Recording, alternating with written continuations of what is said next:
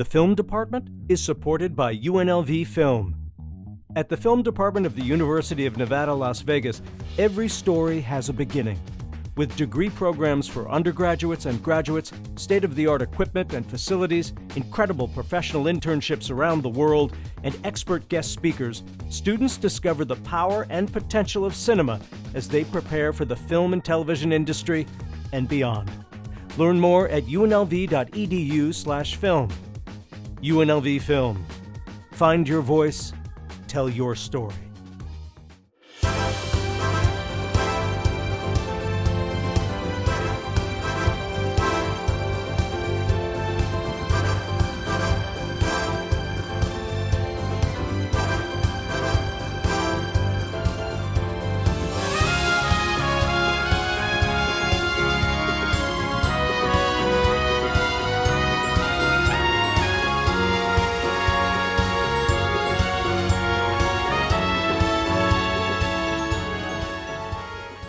Bonjour, I'm Davey Parks. Bonjour, I'm Nic Patrick. And this is the Film Department. Cannes 2025 edition. So exciting. Nick, this is our first podcast that we've done together. I know, we haven't crossed paths This yet. is great. But we've gotten to see a few screenings so far here at the festival.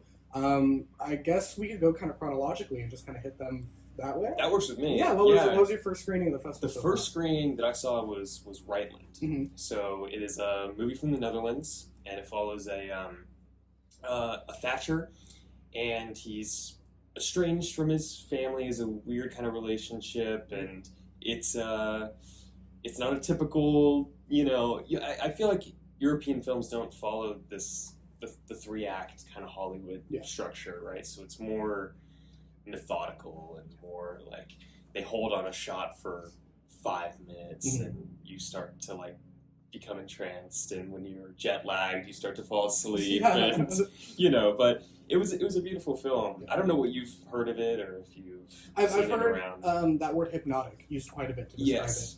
And I think that's a big thing that I really enjoy about Cannes is a lot of the movies here are very big Hollywood productions, but oftentimes you encounter movies that are very different and sort of experimental like that. So I think that's sort of what's kind of made me interested in it. I haven't seen it yet, but I've heard quite a bit about the hypnotic effect of it. And what's great about being here is that you get to see films that may or may not ever go to theater. You will probably never see it, especially in Las Vegas. Mm-hmm. We hardly get anything in Las Vegas. So it's, even though there are certain points in that movie where I was like, oh, I'm checked out, but it's a very beautiful film, and I'm so grateful that I was able to see it and support the filmmakers, and because it was great, it was fantastic. Very cool. Yeah, but that was my first watch. I was actually supposed to see a different movie before that, but my phone died in line. No tickets. So no, that was Enzo, I believe. Yeah, and that was the So Enzo also missed me. I just couldn't make that screening. My first screening of the festival so far was a French film called Adam's Sake. Sort of a medical procedural drama. It recounts the story over the course of one night in a pediatric ward in Paris, I believe, wherein a 4-year-old boy has been brought in with severe malnutrition, and the French court has essentially ruled that his mother has been neglecting him, but because the boy refuses to eat without her present, she's allowed visitation rights for just an hour. And the film is absolutely incredible. I wish I remembered the two main actresses' names, because they both just deliver this very engaging story, and beyond just being a really well-constructed medical procedural, it was really interesting. The camera work, it wasn't it was a lot of these long shots that would follow her as they were moving throughout the pediatric ward. And what I found really interesting about it was this sort of implication that there are all these different stories going on inside this ward, and what we're seeing is just one story on one night in one hospital. And I always like when movies kind of give us that sense of, scope, especially even if it's very narrow. And it was just really, really great. It was a good first movie for the festival. It really set the bar pretty high, I'll say. But it's something I definitely recommend checking out should it ever come to the United States. That's what I find so impressive about a lot of smaller budget films is when they're able to like tell you that there's a larger world, that there's more messed up things going on, or there's more like I think that is a sign of a good director or a good production designer, and a good writer. I'm glad you brought up the idea of like small budgets, because what you'll see pretty frequently here is filmmakers working with what they have. Yeah. And it's really incredible because sometimes the lowest budget movies that you'll see will have very compelling stories and will be very just movies that you were thinking about after you leave the theater. Yeah. And then some of the big Hollywood movies that premiere here just don't reach that level. So it's really, I would say, it demonstrates an even playing field regardless of budget, just in terms of what filmmakers can work with. Which sort of brings me to the first movie that we watched together, which was, do you want to say it together? Mysterious Days of Flamingo. Which, all things considered, how we introduced it, is not a comedy. No, I think both of us were like, had totally different expectations. Because I went in thinking it was going to be a sort of intense psychological horror film. And I thought it was also going to be horror, but more like body horror, like more like, I honestly thought there was going to be like a monster in it at one point. And to be honest, I will attribute that to the fact that I think the film has an incorrect description in the program. It mentions an obese brother who is not present in the film. So, there's not a character in the film. Very confused about that aspect. But I guess you could sort of call it this found family drama, historical drama, set in Chile during the 1980s. It's kind of hard to talk about it without giving too much away. It's the found family aspect. There's like a coming of age aspect to it. Almost like it's hard to say. Like, there's almost a little bit of exploring sexuality, in a way, with a young character who is the lead. That was one thing I didn't know. I didn't know that there was such a young lead. You know, it's very it's really powerful. It follows primarily this family of trans women who live in a small mining town in Chile. As a unnamed plague has been affecting the residents of the town, and the residents have sort of been convinced that the plague is spreading through the looks of gay and trans people in the town. It was really affecting. I was crying pretty hard throughout most of it. There was one shot in particular towards the end of the film that had me so emotionally shaken that I've been thinking about it ever since. Just really, really beautiful filmmaking by a really young director, which I was also surprised by. So we were at the premiere of this, and they all walked down and they went up on stage and they presented the film before it started playing, and we saw the cast together, and then they handed the mic to the director, and I was like, whoa! And honestly, I honestly thought he was like 22, 23, but you said he was 29, something like that. He's very young. And it's just so massively impressive to see like such a young person, have such a massive ensemble of great characters. Like, honestly, like actors that were just delivering some of the funniest performances, the most heartbreaking performances. Like, it just could whiplash from tragic to really laugh out loud funny. I was mainly surprised by how young he was after watching the movie, because it feels like it feels like a very like mature director, like something they'd make like late in their career. But and it was very sort of experimental in a way.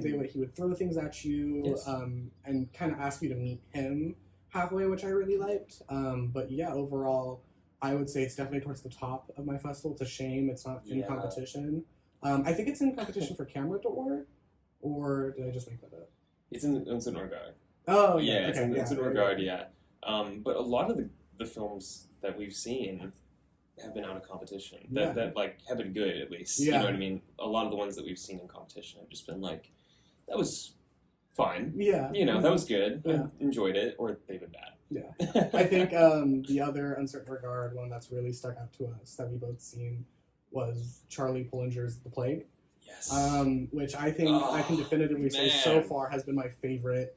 I'm still holding out for something in these last few days to really like take my breath away like that movie did. But The Plague follows a young boy at a water polo camp over the summer, and it's all of these 12-year-old, 13-year-old boys, and they're loud and going through puberty, and there's a plague going around, but it's basically just puberty. Like, it's just pimples. Like, one of the kids has a rash, and they think it originates from him, and they're telling these stories about how it slowly makes you lose your mind and you go crazy, and it's directed and portrayed like a real body horror type film, but it never goes that far. Yeah, but not in a bad way, and it shouldn't go that far.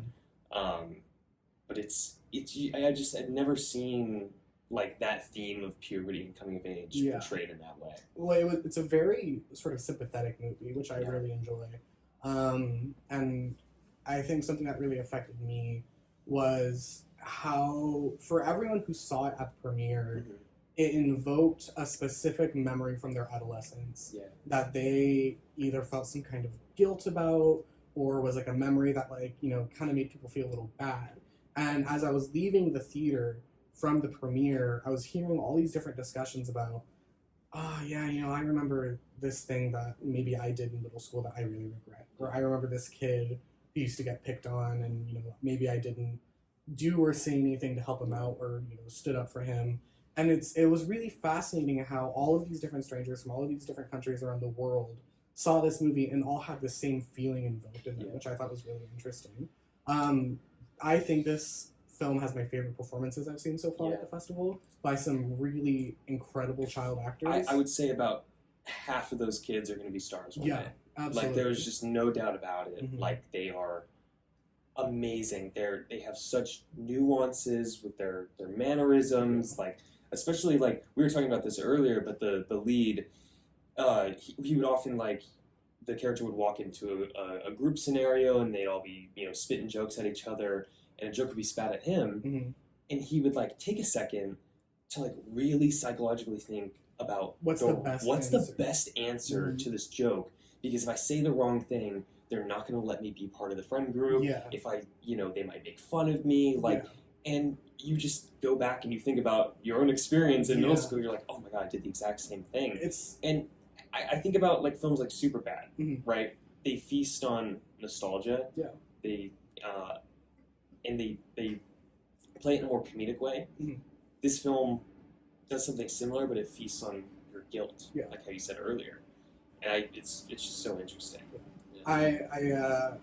Something that is a really great combination of acting and writing that kind of builds off what you're talking about is frequently you'd see this character be put in a position where there's sort of this kinetic movement of, like, a joke is thrown at him, and you see him sort of in real time figure out how to deflect that joke onto somebody else, so he's not sort of the center of humility in this situation, which I really like. But I think it's been my favorite so far, and I really look forward to its a release in America. I think it's a movie release, isn't it? I think it's movie. Movie has it, which movie is just growing. It's very exciting to watch. It's so cool, and I actually just heard last night that Letterboxd is starting their own streaming service, probably to take up that vacuum that movie's going to leave when they become a massive distribution company, which is very cool. It's congrats to them, honestly. So with those films being in Uncertain Regard, I want to talk a little bit about the movies that are in competition. Let's do it. So far. So what was your first in competition film? My first in competition film was Dossier 137. And Dossier 137 follows, it was based on a true story of the riots in France in 2019, I believe, and it was between the Yellow Vest movement and the French government. Now, people in France protest a lot, they demonstrate a lot, but these were some of the worst riots that they had in the past, few decades. People were killed. People were, badly hurt, injured. And it's a film about police brutality. And it follows this woman who's part of the police force, but she's doing internal investigations on police officers.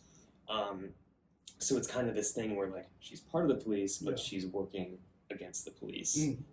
So you kind of see the dual, like, she has colleagues that she's very close with, but they, have this distaste for her now, and she has people that are outside the police force, like real innocent people that she cares about, that are trying to get her to fight for them, but she still has this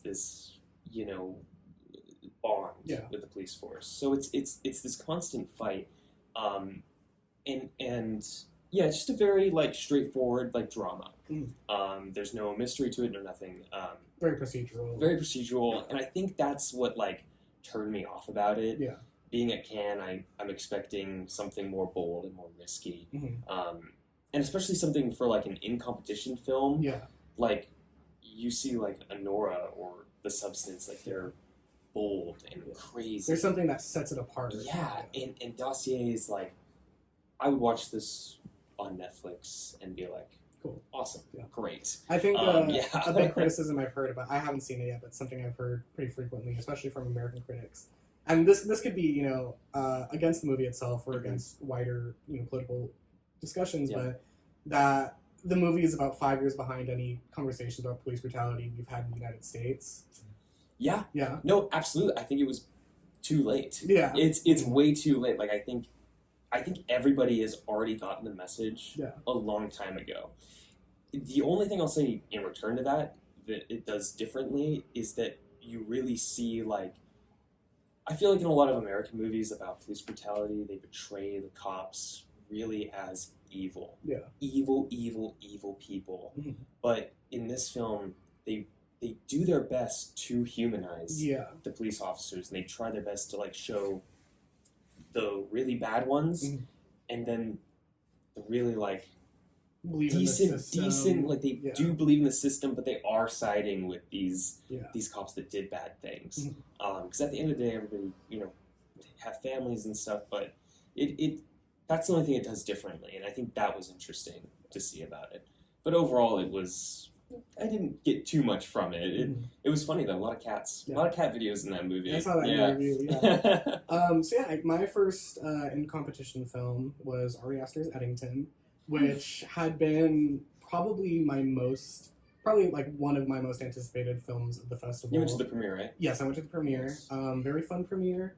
The movie itself, didn't love. Was not a big fan. Tell me about it. I don't know much about it. I know it's during COVID. Yeah, so it's very much a sort of satire about the contemporary American political experience. It has a lot to do with COVID, conspiracy theories. The George Floyd protests are featured pretty prominently. It is a sort of black comedy, I would say, about these two political candidates, one played by Joaquin Phoenix, who's a sheriff of a small town in Arizona named Eddington, and Pedro Pascal, who's the mayor of the town. Pedro Pascal is running for re-election, and after some hijinks, Joaquin Phoenix decides to run against him. And it is very Ari Aster in the sense that it's very surrealist. Lots of weird things happen. Is it similar to, like, Beau's Afraid in its surrealism? So I haven't seen Beau's Afraid. Oh, okay. But I would pin it much closer to what I know about Beau's Afraid than Hereditary. For sure. I did not really like this film. I thought it was really messy in a way that didn't feel intentional.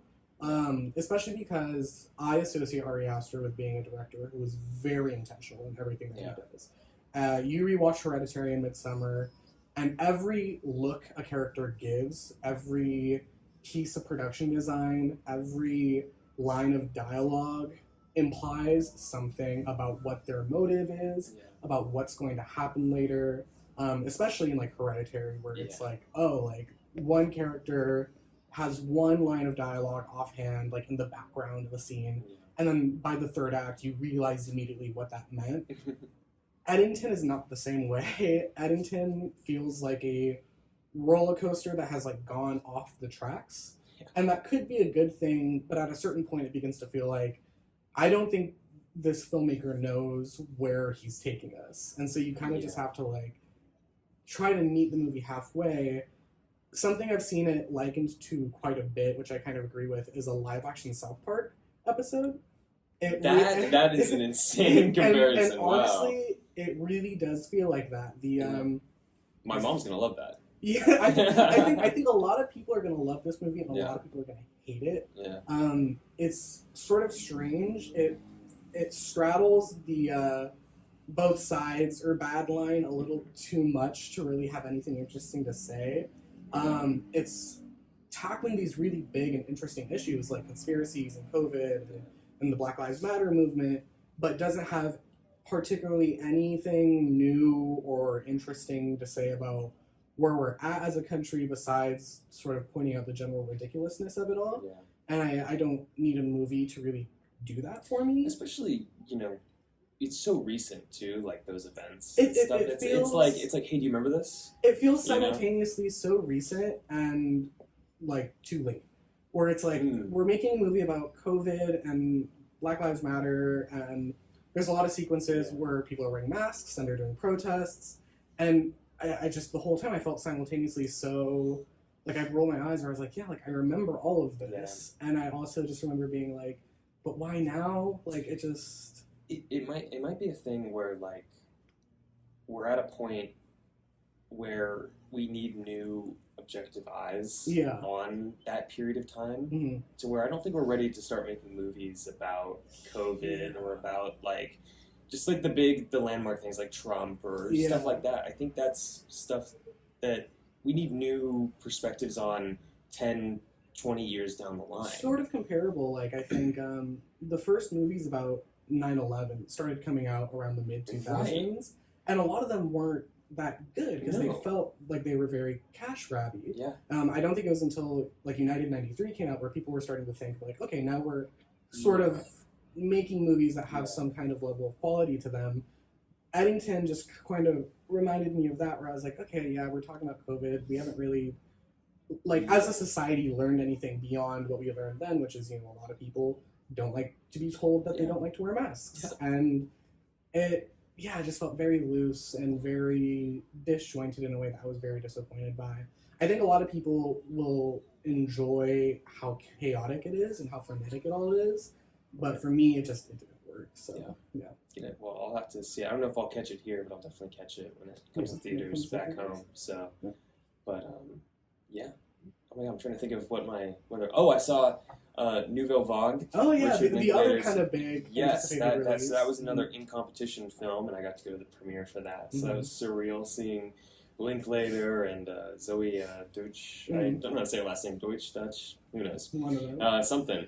But Nouvelle Vague is Linklater's kind of just another hangout movie, but it's a biopic in a way, and it's super fun. It's about Jean-Luc Godard making Breathless. So it follows the 20 days where Jean-Luc Godard, gets approval to make this movie, and all the way up until editing it, and doing the jump cuts and all that. And it's edited in such a fun way. Like it doesn't go as far as Breathless where you have the jump cuts and stuff, but it's very quick. Yeah. It's super quick. You don't stay in a scene too long. It's like a little bit of dialogue, funny moment, boom, we're moving on. Yeah. And I really respect that about it. I think the thing that is a little off about the film is, I saw a great Letterboxd review about this, about 2/3 into the film, maybe even halfway through the film, you quickly realize, Linklater is going to take us through all 20 days of Jean-Luc Godard's production, and you're just like, come on, like it's the same bit every single day where like Jean-Luc Godard is like, all right, roll camera, go, action, cut, all right, that's a wrap. And it's like he just does that every day where he shoots like one take, one scene, and then you move on to the next day. And everybody's frustrated with him. He's smoking cigarettes. He's looking at his little notebook, and he's thinking with his sunglasses on, and it's a little repetitive. Yeah. But the problem is Linklater's such a good director Yeah. that every single shot is like the most beautifully composed shot. The blocking is amazing. Like the cinematography, it's black and white, shot on film, and it's so just high contrast, beautiful. Just gorgeous, gorgeous movie. I afterwards, like, you know, I watched Linklater walk down the carpet and stuff like that, and shook Quentin Tarantino's hand, and Tarantino was like totally glazing him up afterwards, like. But I left that movie and I was like, that was really fun. But I think I want to watch Breathless. Yeah. You know, I don't think that's a film that I'm going to come back and like rewatch and have a good time with, like Dazed and Confused or like, you know, his other films. It's like hey, Breathless is really good. Yeah. You know, look at all these cool things about Breathless. So that's all I got. That's all I got from it, honestly, which is it's not bad, but that's, you know, yeah. So the last movie I've seen in competition was The Secret Agent, starring Wagner Moura. It is a Brazilian film. Really fun movie. Absolutely just ripe with so much color and humor. It's sort of a dense political thriller that would benefit from a bit of like historical context about the Brazilian dictatorship in the 1970s. It was sort of heralded as like the sibling spiritual sequel to I'm Still Here. Could not be more different from that movie. It is. Yeah. When you're talking about it beforehand, I was like, yeah, no way. I've seen a lot of comparisons between the two just because I think of the subject matter. The period. Yeah, they're both Brazilian period, like, movies set in the on, 70s that are political kind of in nature. But absolutely could not be more different. I'm so glad for it. Austin Powers wasn't in it? He could have shown up in that movie, and at one point it would have been completely like not outside of the realm of possibility. It's pretty grounded. Like if I described the plot, it would sound like a lot of nonsense. Like Wagner Moura is a patent researcher who is like being prosecuted by the Brazilian government and has to hide out in a hotel for refugees, and is essentially waiting for his fake passport to come in.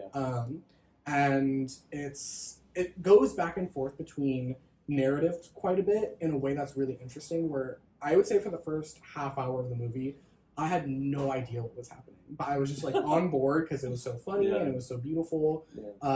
And about 40 minutes in the movie, things start to come together and you're starting to be, okay, this person's here for that. They're following him. This guy doesn't like this guy.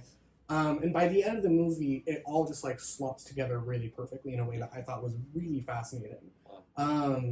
There is a sequence about 40 minutes into the movie that takes such a hard left turn in terms of tone, but it is so just out there. It really feels like the director was like, okay, if you've fallen asleep, I'm going to do this just so you wake up. It is so brazen and bizarre, and I loved it so much. Like, that's all I can say about it without giving anything away. Oh yeah, please. But it's really, really a fun movie, I'd say.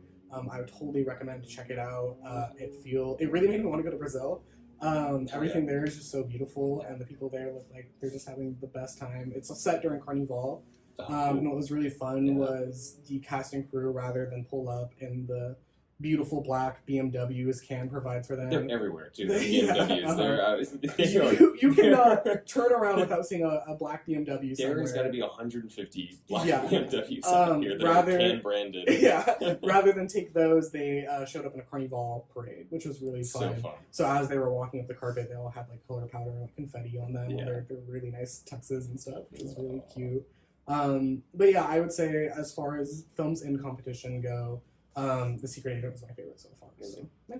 Yes. Well, we still have a lot of films to go watch and see. Also, not to clock you, but you also saw Gold Rush, didn't you? I did see the Gold. That actually, oh my god, that was my first film that I saw. Yeah, that was the first film I saw. That was honestly so. It just felt right for that to be the first film that I ever see. This is my first Cannes, so that was the first time, and I was in the Beverly Theater, and it was just this gorgeous experience. And I had never seen it. Yeah. And it's just. Yeah. What more could you ask for? What more could you ask for? What more can you say? Yeah. It's just perfect filmmaking. Yeah, what can you say about the Gold Rush that people haven't said in the last? Exactly. Yeah, it was the 100th anniversary. Like it's in every textbook. It's just perfect visual storytelling. Yeah. Great slapstick comedy. What are you looking forward to for the rest of the festival? Well, tonight we're gonna go to the premiere of Alpha. So I'm sure will be something. Yeah, that's gonna be insane. So I'm really excited for that. I really want to see Pillion. Which is same director who did Baby Girl. It's just another messed up, dark BDSM, submissive, dominant type movie. Yeah. This one's a queer film, so that's kind of differentiates itself from Baby Girl. So I'm looking forward to that. Urchin, Harris Dickinson's directorial debut. Really good reviews so far. Yes, I know, and I'm excited. So I'm seeing that today. Sorry, that just reminded me. I need to bring this up for the podcast. Yes. But Charlie XCX was in the screening of The Plague. Charlie XCX was at your screening. Of The Plague. So very cool. She's been at a lot. I think she was at The Secret Agent too. I think she's playing it very low key. She's around. Got a disguise. Yeah. I heard a funny story last night. She DJ'd for an after party, and I guess it was such a massive party that even the White Lotus stars couldn't get in. Really? That's so funny. They were stuck outside the party that they couldn't even get in. It was hilarious. I believe it was an after party for one of the movies. I can't remember. What are you looking forward to seeing? You're here for a few more days. Alpha is my biggest. Yeah. The biggest thing I'm excited for. Titan and Rob are just both such powerhouses, and I feel like besides The Plague, I've yet to see something at this festival that really just made me walk out eyes wide, I just saw something crazy. Yeah. And so I really hope Alpha gives us that. I really hope it's not just a family drama. I've seen quite a few. I'm tired of the family drama. I'm tired of the family dramas. Dude, the theme of this festival has been European family drama. Generational drama. And besides that, the history of sound, which I keep mixing up with the sound of falling. I've been doing the exact same thing. Yeah. History of sound, Josh O'Connor and Paul Mescal. Yeah. World War I period piece, I believe. Seems pretty interesting. Yeah, cool. Looks good. And then the documentary Put Your Hand on Your Soul and Walk, which has garnered quite a bit of political notoriety and attention from the jury. It's a documentary set in Gaza and has gotten pretty rave reviews so far. So if there's an additional screening of that, I'm try and catch that. So I'm trying to think. There's one more that I'm totally blanking on that I'm amped. Amped about. Highest to Lowest. Oh yeah, I do want to see that. Yeah, Spike Lee's new film. Die My Love. That's what I was thinking of. Which I think is the closest thing to Anora in terms of people kind of buzzing already for Oscar noms. Yep. So I'll check that out. Yeah. So a lot of fun stuff. This is so exciting. I mean, this has been amazing. We got to get to the beach at some point. We have not had time for that. Yeah. Well, I beached it. Oh yeah. I beached it. Yeah. Okay. Yeah. Well, yeah. I take that back. Well, I can. You'll be there. Yeah. Next time. Wagner Moore is going to be there. I already shook his hand and danced with him. So Wagner Moore, he's going to be shirtless though on the beach with us. I don't know if you. What time is that? Yeah, it's right now. We got to wrap this up. But yeah, so we really look forward to it, and it's been great so far. Yeah. So without further ado, this has been the Film Department. Yes, I'm Nic Patrick. I'm Davey Parks. Thanks for watching. Imagined by the Rogers Foundation, the Beverly Theater brings cinematic connectivity, novel collaborations, live happenings, cultural portals, and a zest for independent spirits to downtown Las Vegas. With a mission to stage uncommon cinematic, literary, and live experiences, the Beverly Theater is Las Vegas's first and only independent film house, storytelling arena, and live music venue. Check out our event calendar at thebeverlytheater.com.